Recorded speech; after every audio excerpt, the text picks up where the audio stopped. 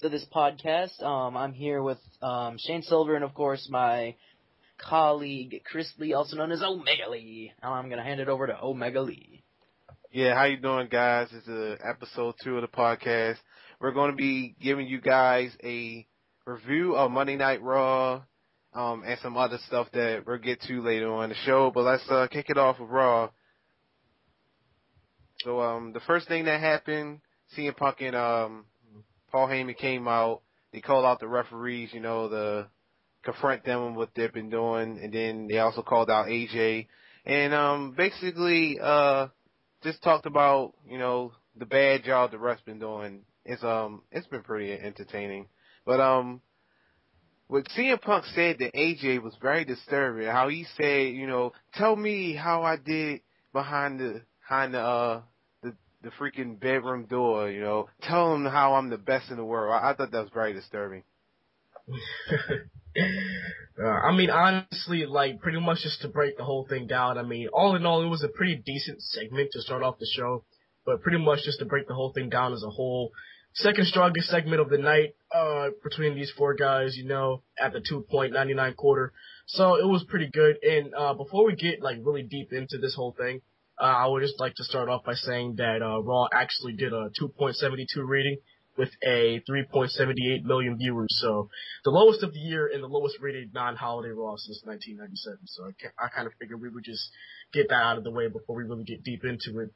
But yeah, what happened after that? I believe it was the Kingston versus Ziggler match after that, I believe. Yeah, it was a pretty good match. Well, that's actually an understatement. That was a hell of a good match. These two guys always put on a show, and that's expected from these guys. I like Kofi better as a singles competitor because he puts on these exciting shows. He's even more exciting than Sin Cara. Yeah. Sin Cara, at least you don't have the big-ass botches in between every move. Yeah, it's absolutely ridiculous. Hey, he's gotten better, though. Let's give Sin Cara his credit. He's gotten way better. The whole thing with the botches, honestly, it's gotten a lot better. On SmackDown, they kind of just edited out certain things, but on Raw, it's a lot harder because it's live, so you just kind of be perfect. So I will give him credit, man. I didn't think he'd really go far with the whole botch thing, but he's been really improving, so, definitely a plus for me. But yeah, like I was saying, the Kofi Kingston versus Ziggler match, pretty good match. No, solid back and forth. In my opinion, it really picked up about a quarter of really into it, almost halfway. Pretty good match. So yeah, the best matches start off a little slow, but these guys didn't even start off slow. Then it got faster. That was a pretty good match. What do you think about it, Mosely?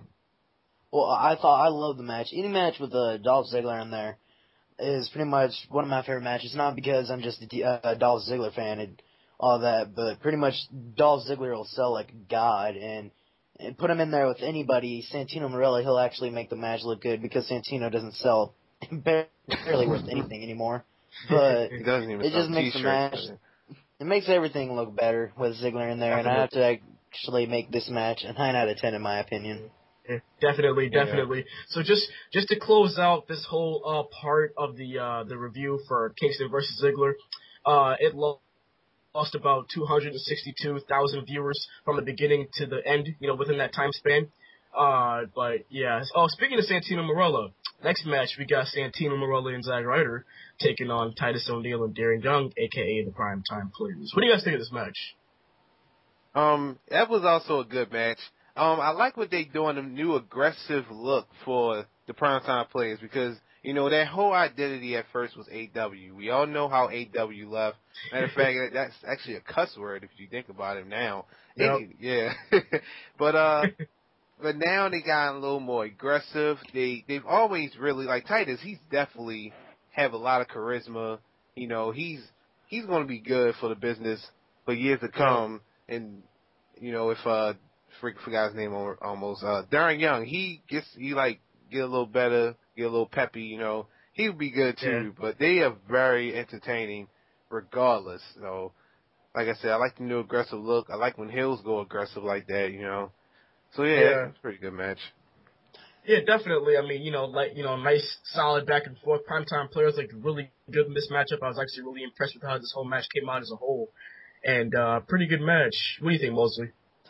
Well, honestly, with the primetime players, I did not exactly know how they were actually going to push them after AEW because pretty much AEW with the current storyline that they were in after AEW ditched Epico and Primo, I didn't really actually know how they were going to work primetime players into any kind of storyline, mainly because they didn't have anything but having AEW in there. And honestly, primetime players just pretty much, in my opinion, came about because they had a lack of tag teams.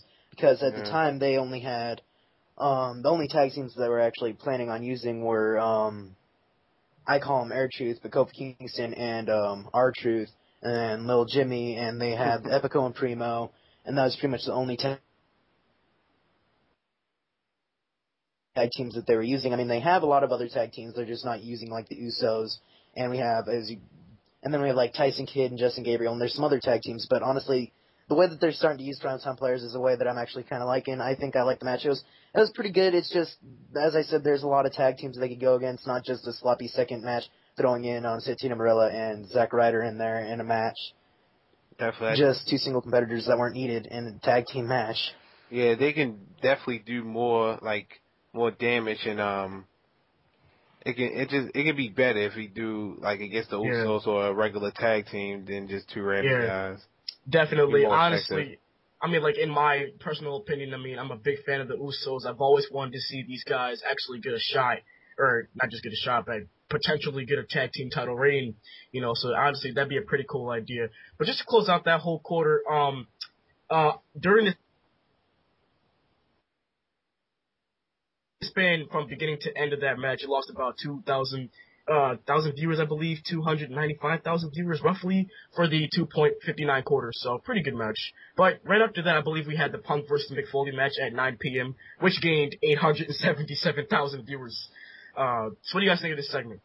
Oh man, well, the surprise guy, I'm just glad it wasn't a damn celebrity or somebody that wasn't going to further any storylines. So when Foley came out, I was like, okay, what's this about? Is it another book or something?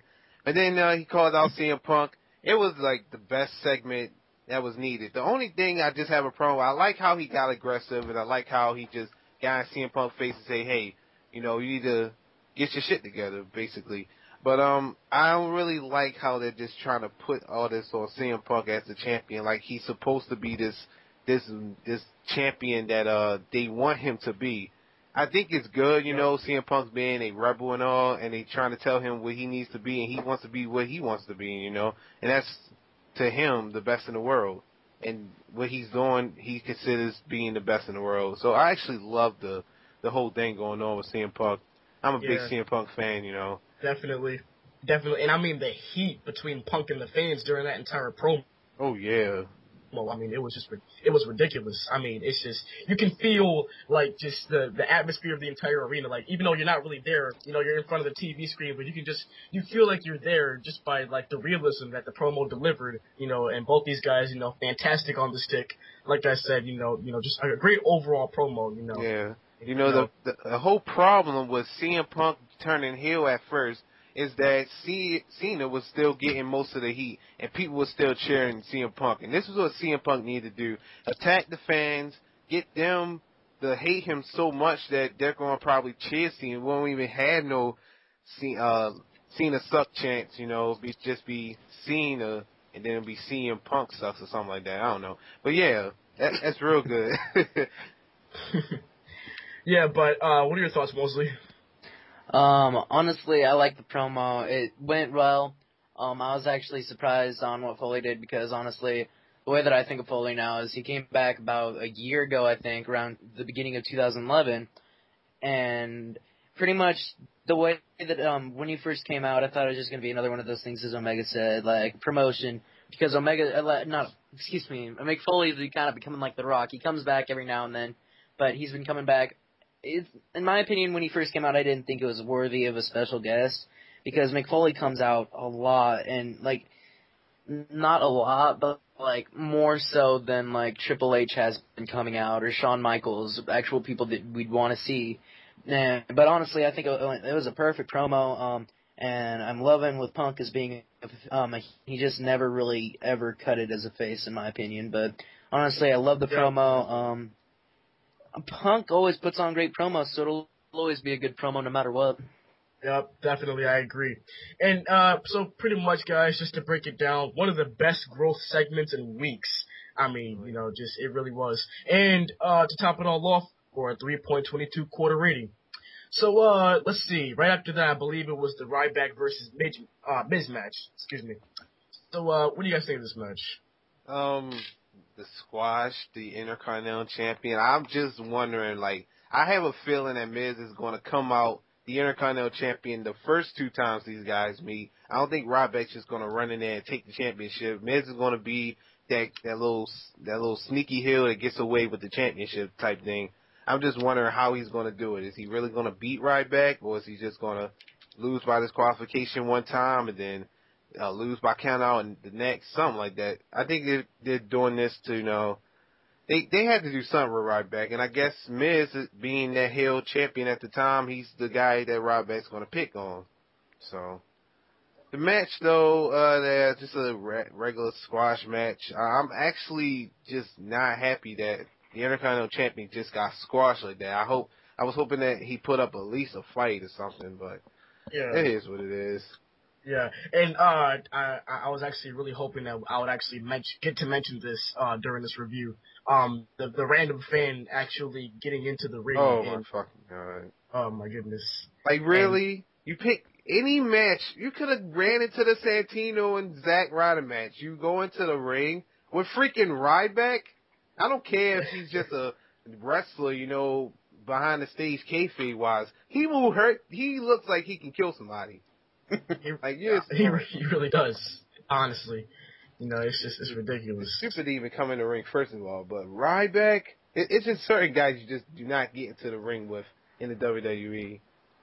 It never beat the time back in 2009, I think it was, with Batista still there and that fan just running from the security guards right in front of him. That was the best crowd interaction. I think that was fake. Was that fake or real? I still don't know. I don't know. That was a good one. If it was real, then that's fucking awesome. Oh my god! I mean, how many times has that happened? Like, over the past couple of years with these fans, man. I mean, these guys are just insane. They always happen during Miz's match. They always have something wrong with them, I guess. They want to attack the Miz because the Miz really, I think he gets more heat than anybody in the WWE. And he gets heat in his entrance, like. Yeah. He's awesome. He really is. But let's move on from this disaster of a thing and go to something that I really enjoy. Well, let me say something about this Miz and Ryback match. I didn't watch too much of it, but looking back at how long the match was, it was only 2 minutes and 56 seconds, so it's a really short match. Honestly, I've always been a Miz fan since 2000. Well, I think probably around 2007 when he first joined ECW, and signed that contract on ECW, ended up joining in with John Morrison. Miz has always had, I've always had Miz's back, and honestly, Ryback, the way that it's going right now, and the way Ryback's been pushed, honestly, I don't like the way it's going because Ryback just isn't solidified enough to actually go for a championship, in my opinion. They haven't used him in the right way. Pretty much he's just the guy that comes out every week and has people draw up to him. And pretty much I don't see I don't see any reason for him to get any kind of anything. And the Intercontinental Championship, one of the most pretty much the most coveted actual prize other than the WWE Championship. Anybody who wins the Intercontinental Champion will go on to do something good. I just don't see Ryback as getting it right now. But other than that, the match was a pretty good one. It was way too short, though, in my opinion. It was shorter than my match at Final Testimony, but, beggars can't be choosers. That match. But, that's a different story for a different time, obviously. I just want to get into that. It's a shorter match than mine. Oh, God. Yeah, but, back to the point, though. Like I said, pretty solid match. I mean, for what it was. I mean, it was a job match, obviously, and I'm not really, very content with the outcome, but, we gotta get on with it. Up next, we had the very funny diner segment between Kane and Daniel Bryan. I mean, what can we say about this? What do you guys think? I liked it. It was pretty funny. Honestly, I'm not one for people going under, but honestly, Kane and Daniel Bryan is doing a huge job on it. Mainly, the highlight of their tag team was pretty much at Night of Champions, because I didn't get to watch SmackDown and I didn't get to watch all of Raw. I just saw the highlights pretty much, but honestly, I'm liking what they're doing with Kane, because he's just they're making a good job out of Kane. And honestly, I'm not one to, like, destroy someone's old thing, because Kane used to be, like, the big, huge monster. And honestly, they're doing a good job with Kane and Daniel Bryan either way. Shane, if you want to add something to that. Yeah, I mean, I completely agree with my sentiments exactly. Honestly, I've been really, thoroughly enjoying what's been going on between these two over the past couple of weeks. I mean, these people all over these dirt sheets, and these forums, they've been complaining about this, saying that, Kane's character's being destroyed. But it's just the simple fact that, what else is there for him to do? I mean, I think this is a refreshing change, to the course that he's been going on. This whole monster thing, and kind of like, softening up his character, putting him with Daniel Bryan. I think Daniel Bryan's actually been pretty entertaining too as well, over these past couple of weeks. So definitely looking forward to see, what else these guys can do, as it, rolls on. But definitely a very, hilarious segment, and, ironically it lost about 533,000 viewers during that. So obviously some people got offended. Yeah. Yeah. I can't get locked on the door. But, yeah, I like the segment. When Kane said, when he put in people food, something, that was just hilarious. I forgot what he said, but, yeah, putting his boss in there, the whole cook. But, cutting off small pieces of Daniel Bryan's beard and putting it into every single serve. And then the old lady the old lady made that from Oh, God, that was awesome. Oh, Jesus. But let's move on here. Next up, I believe we have Tyson Kidd versus Wade Barrett. Yeah. What do you guys think about this match right here? The Barrett Barrage. I freaking love Wade Barrett, and I love the beard even more. Yeah, I don't like the new bare knuckle gimmick though. I think he's just, where's he gonna really go? He's not gonna be able to use a closed fist in the ring anyway, unless he like can incorporate into a match. That would be pretty cool though, like a bare knuckle allowed match, something like that. But as far as the match go, I don't even remember the match that much, but I know it was short. Wasn't shorter than Ryback's and Miz's match. Yes, it was actually, by about almost 40 seconds. Oh, well. Yeah, definitely. That's why I don't remember it though, but yeah, go it ahead. was, to my calculations, it's approximately 2 minutes and 19 seconds. Exactly, but, yeah, it was a pretty job match, but I mean, and I don't like people that have people job to him, but like, Kid's good at it, and Kid's already solidified because of how much he did with Hard Dynasty. He's already pretty much done, and Barrett, I mean, I'm fine with Barrett doing it, because Barrett's not one of those people that do it all the time. Right now he's doing it, but Barrett's already got a good rap sheet with me saying he can do whatever he pretty much wants. Pretty damn well pleases right now. I don't know. I pretty much like Tyson Kidd though. I think he has something to offer. They should really give him a chance. Yeah. But yeah, pretty much just to sum up the whole match, beginning of the match, freaking Tyson comes in with an onslaught of offense, pretty much taking Barrett, pretty much giving him everything he had. Eventually, Barrett gets the upper hand, bada boom, bada bing. Tyson comes back a little bit, like I said, shuts him down. Barrett, boom, hits him with his new elbow finisher, which he calls the souvenir, with a 3 count. So, pretty good match overall. Like I said, I mean, it was obviously a job match, but, wasn't really expecting much from this anyway, so let's move on. After that, we had the interview with Jerry Lawler. I mean, don't really have much to say about that, Pretty good to hear from him again. I'm pretty sure we all heard about the tragedy that happened on Raw with the whole, heart attack thing. So it was pretty good to hear from Jerry Lawler to see how far he's come along with his recovery. So it was pretty cool. Yeah, that's a sad thing that happened, but at least there's a great outcome. He's living as well. And, I always like Jerry Lawler. Despite what people say, it's kind of sad, because a lot of people like, oh, I want him off the table and blah, blah, blah. Well, you got what you asked for, assholes. Yeah. The way that it's going right now, if they want him off the table, pretty much you'd be stuck with Cole. Cole would probably be the only commentator for Raw. You want to hear Cole for almost 3 hours? Not 3 hours, but I am a big Cole fan, more of a heel Cole, but he's gone extra babyface in these past 2 weeks. So. Yeah, because if they need to, because the way it's going to be is they're going to probably push, if he did get off the tables and Jerry stopped commentating for Raw, Michael Cole would probably go straight into Raw and somebody will take his spot, so pretty much it'd be, on SmackDown it'd be, Scott Stanford and probably Scott Stanford and Josh Matthews pretty much commentating on that, which I wouldn't mind because I love those two commentators. And then you'd probably Jim Ross would probably stay on Raw, or he might just go back to NXT. I'm not exactly sure what they would do for Raw, but honestly, if Jim Ross is pretty much done commentating on Raw other than right now, and Jerry Lawler's pretty much actually literally almost it of the Attitude Era. Pretty much it. Yeah. I mean, if you want to get rid of, and most of the people saying this are the people that love Attitude Era, like bring Attitude Era back to WWE and stuff. If you guys want to get rid of the last shred of Attitude Era, go right ahead. Well, Match Striker 2012. Match Striker. Yeah, I wouldn't mind seeing him on commentary myself, but, like I said, another story for another time. But, I mean, obviously, guys, speculations are high up in the air for this, but, only time will tell what's going to happen with commentary for Raw, so we're just going to have to see. But, let's move on here.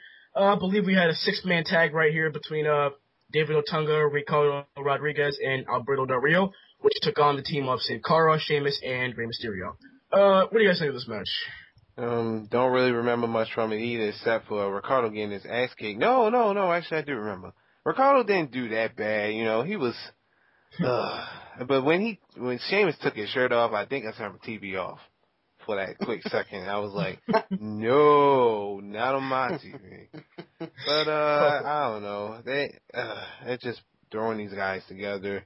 Really, they need to, when Sheamus is on Raw, although their ratings aren't that good, their ratings are still better than SmackDown. So this is when Sheamus gets his airtime, and they need to, get people interested in not only SmackDown but the World Champion.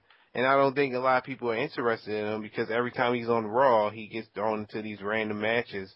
But the match was okay.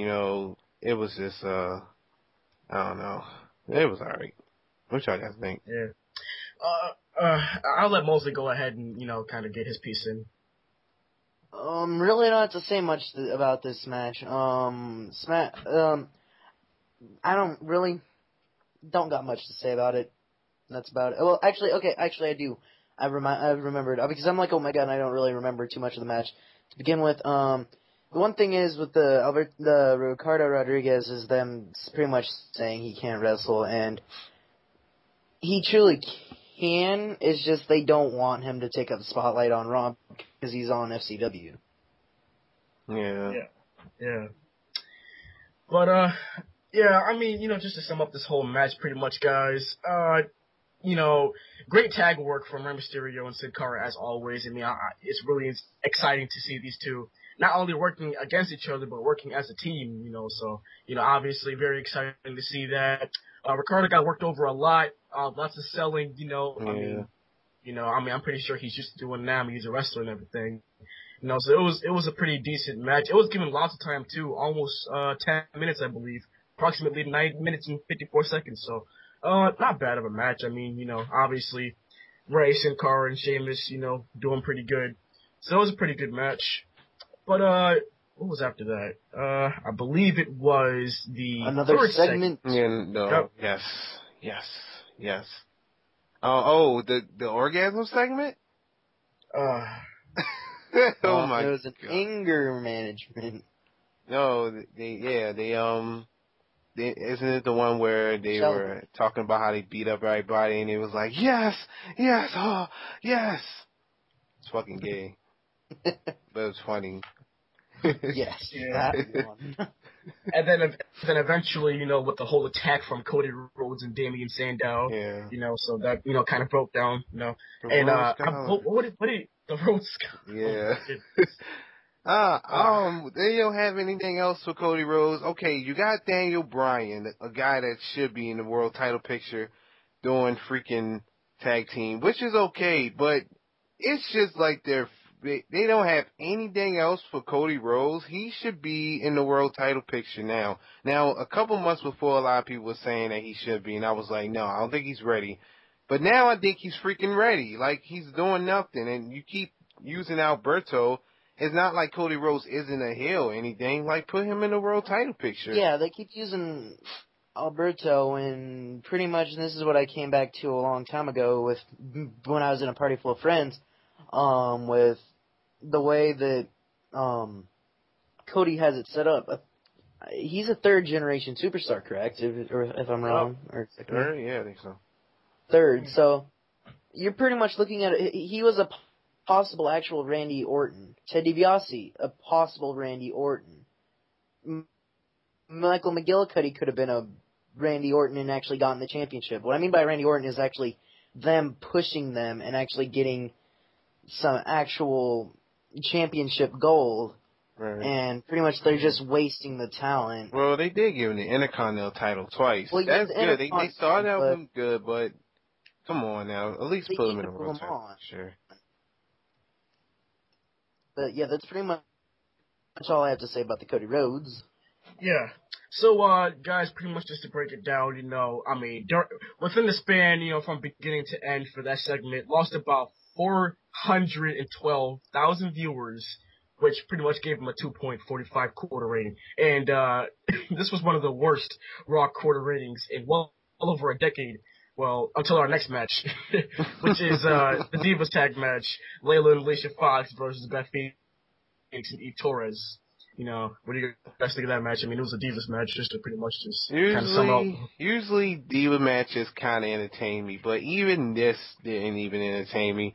The only good thing is Eve, and like I said before to people, I think she has the best character in the WWE, and this is because she is a devious heel. She's acting like she's a face. She's acting phony to get what she wants. And, of course, she did something to freaking Caitlyn, and I'm actually glad that she took Caitlyn now. I did not want to see Caitlyn even wrestle. Yeah, Caitlyn isn't a diva that could take anything. Like, she couldn't carry it. Not at all. Like, she really... You talk about Kelly. Kelly needs to run the roast. This girl needs to... I don't know. Well, the only thing that I had to say about it is I remember when they were giving spots out for it. My question is, whatever happened to Alicia Fox getting her chance at Beth Phoenix's championship? Because I remember Alicia Fox beating Beth Phoenix when she was the Divas champion in I think that was a really short match, maybe barely even a minute long. And she never got her Divas championship match. No. Well, that was quite a while ago. I'm a big Alicia Fox fan. I think she can really put on the show. She did put on the best match of all time against Melina. So, yeah, but anyway, let's move on. Let's not spend too much time on this. Yeah, I mean, it wasn't just a Divas match anyway, so. And then, I believe right after that we had Tensai taking on Brodus Clay. Yeah. What do you guys think of this match? I have not been so happy to see the Big Show in my freaking life. I did not want to see this train wreck of freaking two freight trains coming at each other. Actually, I was kind of want to see what happens if these two guys get into the ring. I think Brodus Clay would have won. But I am glad to see Big Show botch his WMD, but nevertheless knock the hell out of the motherfucker. Oh, Jesus. Oh. Yeah, that's a total botch when he hit Brodus Clay. And then the one on Tensai didn't even look like it hurt. Yeah.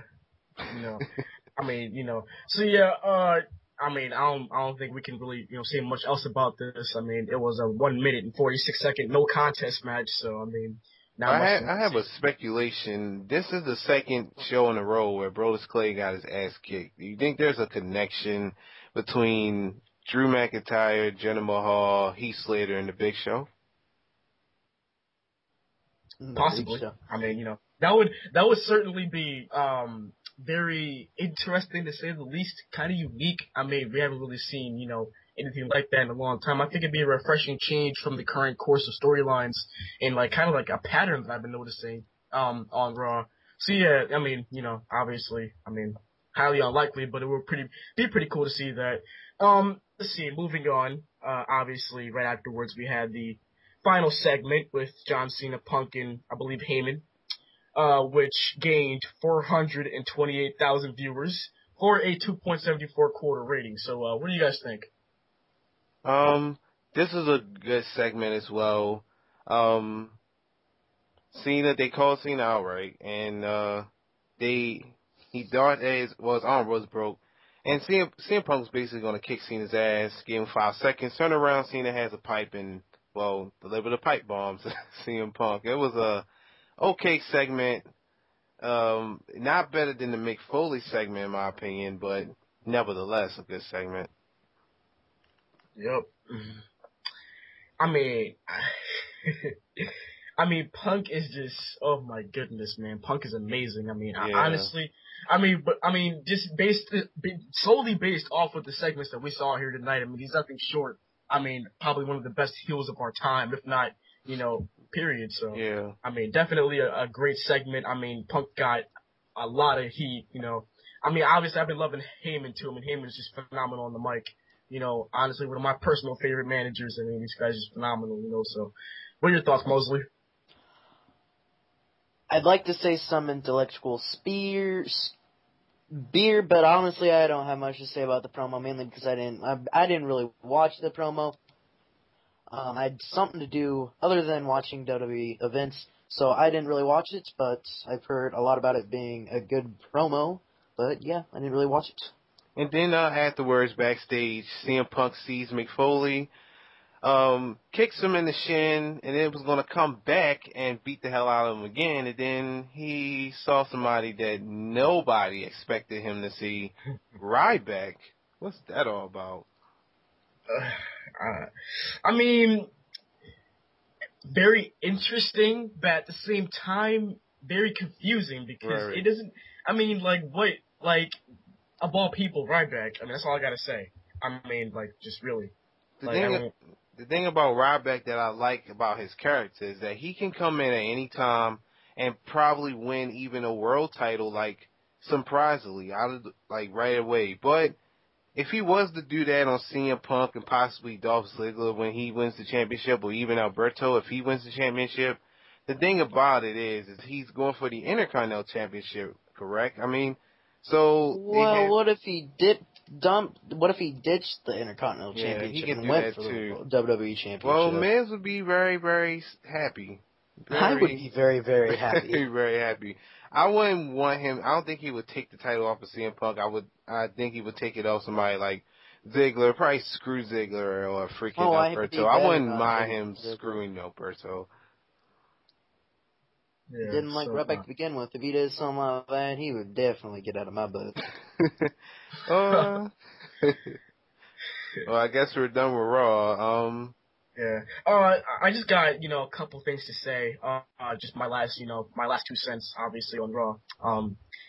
Just a couple things. I think there was too much talking and too many matches that were under 3 minutes. I mean, when I go to watch Raw, I don't really want to see a 1 minute or 2 minute match every single match. I mean, I want to see some good, at least. There was no memorable match really in that night. Oh, you're watching the wrong show, so.